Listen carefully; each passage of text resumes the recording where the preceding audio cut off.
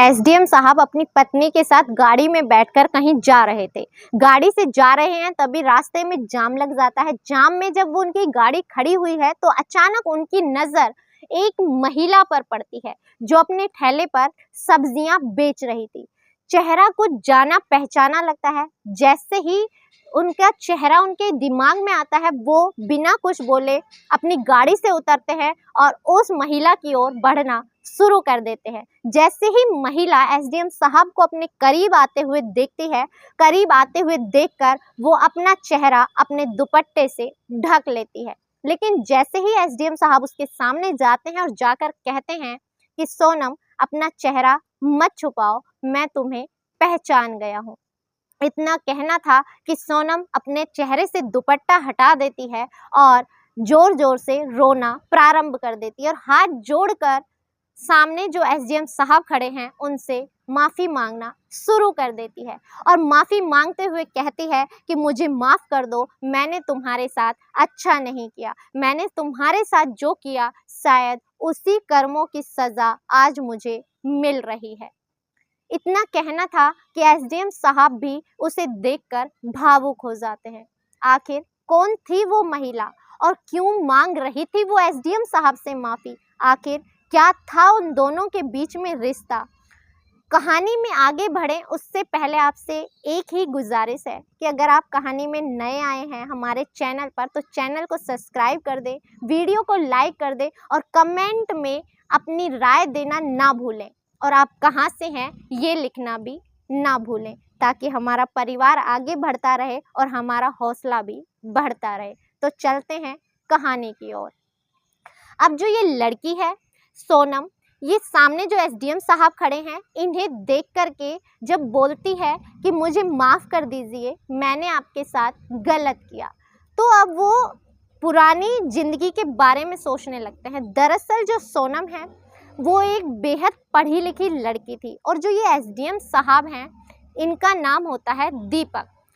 अब पुराने दिनों में चले जाएं तो ये बात रही होगी तब की जब सोनम कॉलेज में पढ़ा करती थी। कॉलेज में पढ़ते वक्त सोनम बेहद खूबसूरत थी, इतनी खूबसूरत कि आसपास के लड़के भी उसकी खूबसूरती पर फिदा थे। उसे इस चीज़ का बेहद गुरूर था, बेहद घमंड था।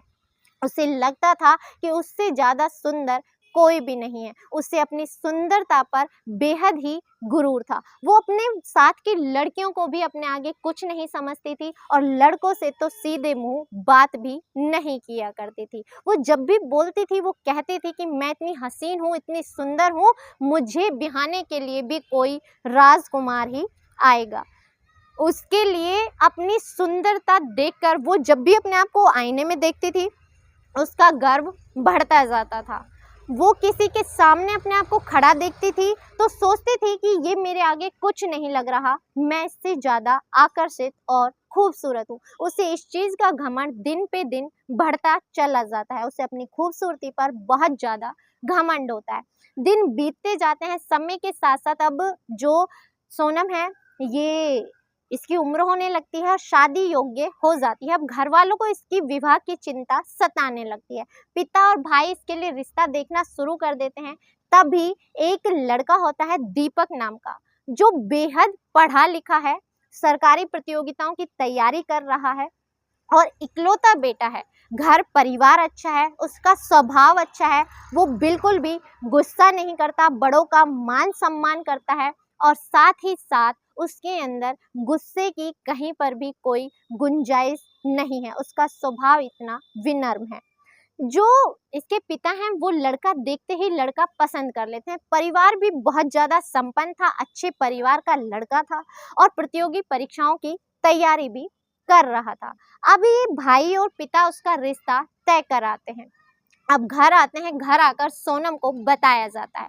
जब सोनम को बताया जाता है तो सोनम अपने पिता से कहती है कि पिताजी, क्या लड़का खूबसूरत है या नहीं, मेरे योग्य है या नहीं, मैं उसके साथ चलूंगी तो हमारी जोड़ी एकदम बिल्कुल परफेक्ट मैच लगनी चाहिए, हम दोनों मेड फॉर ईच अदर दिखाई देने चाहिए।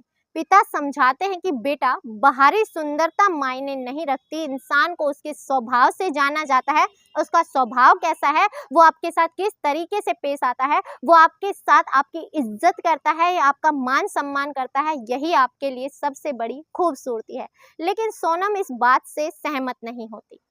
वो इस बात से मुंह बना लेती है और एक साइड जाकर बैठ जाती है। अब भाई उसे समझाने की कोशिश करता है कि देखो सोनम, लड़का बहुत अच्छा है, बहुत ही अच्छे परिवार से है, प्रतियोगी परीक्षाओं की तैयारी कर रहा है, जल्द ही सरकारी सर्विस भी पा लेगा और एक अच्छे परिवार में तुम जाओगी तो सुखी रहोगी, एक संपन्न परिवार की बहू बनकर रहोगी। वो लड़के की फोटो दिखाते हैं। जैसे ही लड़के की फोटो लड़की देखती है तो देखकर मुंह बना लेती है, कहती है ये तो खास सुंदर नहीं है। तो भाई कहता है कि फोटो में और सामने मिलने में काफी अंतर होता है, लड़का वाकई में अच्छा दिखाई देता है, तुम्हें इस बात से कोई ऐतराज नहीं होना चाहिए। अब जो पिता है उस पर दबाव बनाते हैं, गांव की लड़की होती है, उसे अपनी आज़ादी चुनने का कोई हक नहीं होता। आखिरकार शादी का दिन तय हो जाता है, शादी का दिन तय हो जाता है, बारात द्वार पर आ जाती है, लड़की दुल्हन के रूप में तैयार होकर के अपने कमरे में बैठी है। बारात आ गई है, स्टेज पर पहुंचते ही जैसे ही दुल्हन दूल्हे को वरमाला पहनाने लगती है, उसका चेहरा देखकर गुस्से से आग बबूला हो जाती है। दरअसल जो दीपक है वो रंग में सांवला होता है, रंग का सांवला है। ये देखते ही सोनम गुस्से में वरमाला फेंक देती है और चिल्लाकर कहती है कि आप लोगों ने मेरे साथ धोखा किया है। कहाँ मैं इतनी खूबसूरत लड़की, मैं ऐसे काले लड़के के साथ अपना विवाह नहीं कर सकती। लेकिन दीपक उस वक्त भी शांत होकर के खड़ा रहता है। घर वाले आश्चर्यचकित हो जाते हैं कि लड़की क्या बोल रही है, हमारी समाज में क्या इज्जत रह जाएगी। घर पर द्वारे पर बारात खड़ी हुई है, बारात के सामने वो ऐसे बोल रही है। लेकिन सोनम किसी की सुनने को तैयार नहीं थी। उसका मानना था कि वो ये विवाह नहीं करेगी, ये लड़का उसके योग्य नहीं है। लड़के के माता पिता बोलते हैं जब आपको ये रिश्ता पसंद ही नहीं था, आपने अपनी बेटी से पूछा ही नहीं, तो हमारी बेइज्जती करने के लिए यहाँ पर बुलाया था क्या, हमारा तमाशा लगाने के लिए यहाँ पर बुलाया था क्या। जो लड़की के पिता हैं वो बड़ी शर्मिंदगी महसूस करते हैं और वो लड़की पर दबाव बनाते हैं कि देख लो, अच्छा नहीं होगा, अगर तुमने ये विवाह नहीं किया तो हमारी नाक कट जाएगी। इसी बीच कोई व्यक्ति पुलिस को फ़ोन कर देता है कि यहाँ पर विवाह में झगड़ा शुरू हो गया है। पुलिस मौके पर आ जाती है और आकर के घर वालों को समझाती है कि लड़की की बिना मर्जी के आप शादी नहीं कर सकते, लड़की बालिग है, अपने फैसले स्वयं ले सकती है। इतना सुनना था कि दीपक बड़ी ही सहजता से चुपचाप कहता है अपने पिताजी से कि पिताजी, अगर लड़की आज ही तैयार नहीं है तो भविष्य में वो मेरे साथ कभी सुखी नहीं रह पाएगी, इससे अच्छा है कि हम वापस चलते हैं। पहले के ज़माने में अगर बारात वापस लौट जाती थी तो बहुत ज़्यादा बदनामी हुआ करती थी, उसके पिता ये चीज़ बर्दाश्त नहीं कर पाते, लेकिन कोई और चारा ही नहीं है, वो लेकर के बारात जाने लगते हैं। तभी एक किसान होता है, वो आकर के हाथ जोड़कर दीपक के पिता के सामने खड़ा हो जाता है और वो कहता है कि साहब, मैं आपसे कुछ कहना चाहता हूँ। जो किसान है वो जैसे ही बोलता है तो दीपक के पिता कहते हैं कि बोलो, अब क्या तुम भी हमारी बेइज्जती करना चाहते हो। वो कहता है कि साहब, मैं कुछ ऐसा कर सकता हूँ जिससे ये सारा जो बिगड़ा हुआ माहौल है वो सही हो जाएगा। तो लड़के के पिता कहते हैं कि हमारी जो इतनी बदनामी हुई है, क्या वो बदनामी मिट जाएगी? हम बिना दुल्हन के बारात वापस लेकर जाएंगे तो हमारी समाज में क्या इज्जत रह जाएगी। तो किसान कहता है कि साहब, मैं गरीब हूँ, लेकिन मेरी एक बेटी है, बेहद खूबसूरत है, कम पढ़ी लिखी है, लेकिन घर परिवार का सारा काम जानती है, बड़ों का इज्जत सत्कार करना जानती है। अगर आप चाहें तो मेरी बेटी से आप विवाह कर लीजिए, लेकिन मेरे पास देने के लिए दान दहेज में कुछ नहीं है। इतना सुनना था कि लड़के के पिता की खुशी का ठिकाना नहीं रहता, क्योंकि उन्होंने शादी में इतना खर्च किया था, नाते रिश्तेदारों को बुलाया था और वो बिना दुल्हन के अपने घर वापस नहीं लौटना चाहते थे। वहीं पर तुरंत से मंडप सजाया जाता है और दोनों की धूमधाम से शादी कर दी जाती है और लड़की को लेकर एसडीएम साहब वापस आ जाते हैं।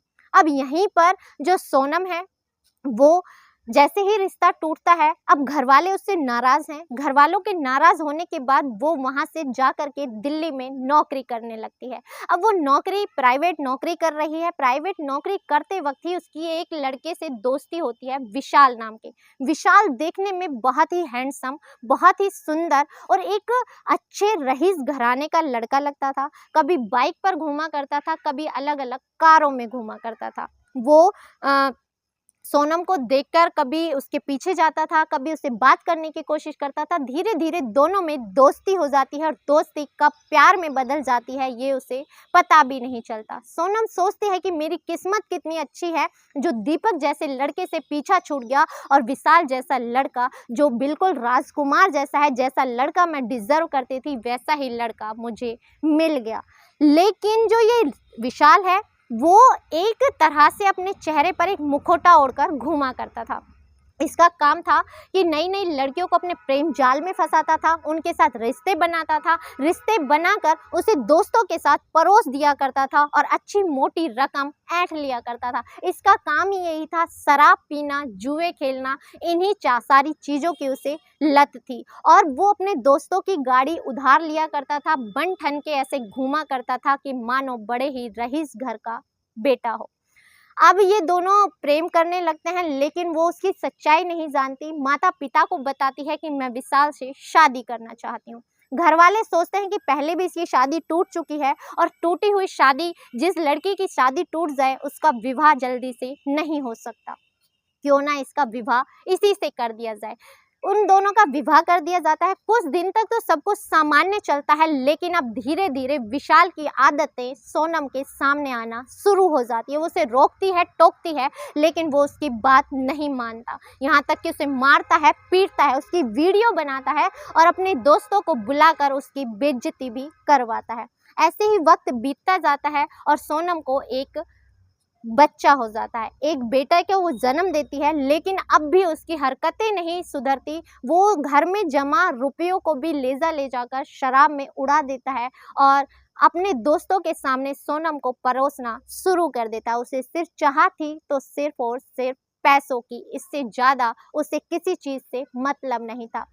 सोनम दिन रात घुटती रहती है, अपने आप को दुखी महसूस करती है लेकिन अपने माता पिता से कुछ नहीं कहती क्योंकि जिस दिन उसकी विदाई हो रही थी तो उसके पिता ने कहा था कि देखो ये फैसला तुम्हारा अपना है, तुमने अपनी मर्जी से शादी की है, आगे तुम्हारे साथ जो भी होगा उसकी जिम्मेदार सिर्फ तुम रहोगी।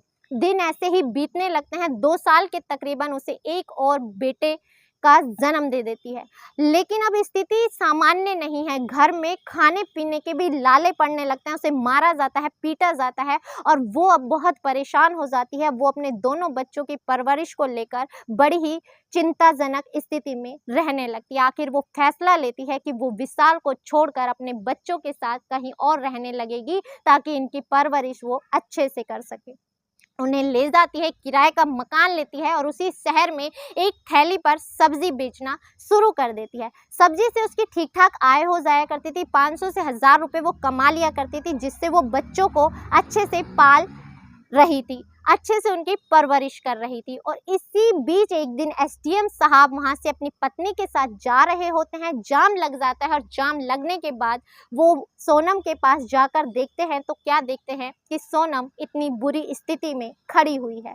तब सोनम उससे माफ़ी मांगती है, कहती है कि मैंने आपके चेहरे को देखा, आपके अंदर के गुणों को नहीं देखा और जिसके चेहरे को मैंने देखकर उस पर फिदा हो गई उसके अंदरूनी गुण तो बेहद ही बदसूरत थे जिसकी वजह से आज मैं इस स्थिति में हूँ। तो दीपक कहता है कि मुझे तुमसे कोई गिला शिकवा नहीं है लेकिन मैं तुम्हारी हिम्मत की दाद देता हूँ कि तुम अपने बच्चों के लिए आज भी इस तरह से दृढ़ संकल्प लेकर के खड़ी हुई हो, डटी हुई हो, एक सच्ची योद्धा के लिए, योद्धा की तरह। अगर जीवन में तुम्हें कोई भी ज़रूरत हो तो मुझे बता देना। मेरी पोस्टिंग यहीं इलाहाबाद में है, तुम्हें कोई भी परेशानी हो तो तुम मुझे कह सकते हो।